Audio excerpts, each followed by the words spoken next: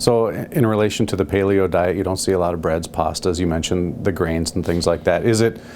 What is it about those that you try to eliminate? Is it the gluten? Is it just because they're processed carbs? What is it exactly? So I've come to it with my patients to realize that pretty much everybody does better off of gluten. So I like people to do gluten-free, but the grains cause some of the same kinds of issues as the too much fruit, in that there can be blood sugar fluctuations with it, but it also just increases inflammation. Oh, and back on the mold topic a little bit, corn is very moldy. Oh. It's actually right now there's a huge issue with getting corn that's safe for to even feed animals. I know, I'm a nerd. I'm looking at the mold, mold warnings. So, yeah, the grains really increase inflammation, and I actually follow some very specific inflammation markers with patients around cholesterol. So there are labs that we can check to know, so we can run little experiments. We can have the grains in, or we can have the grains out, and see what happens with these markers for inflammation, and do the same thing with the dairy and the ghee.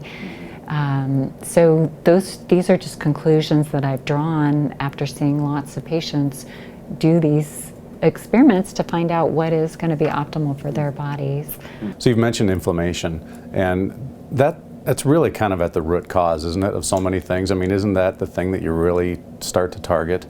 Inflammation will cause is a contributor to a lot of different diseases. It really is the root of when the body spins out of balance. So we can almost always find some markers for inflammation regardless of what's going on, whether somebody's got an autoimmune disorder, whether they are having the cognitive issues, the cardiovascular issues, cancer. So one of the best things that we can do to prevent all these diseases is to keep the inflammation low in our bodies. And that's one of the other exciting things that's happened over the last 10, 15 years. We have more and more precise, in-depth markers for inflammation, rather than the ones that we used to have, which you basically, had to have a fire going on. Yeah. So these are more subtle to really pick up the more nuances to help people to really know if they are on track with how they're doing with their diet and with their environment and with their stress.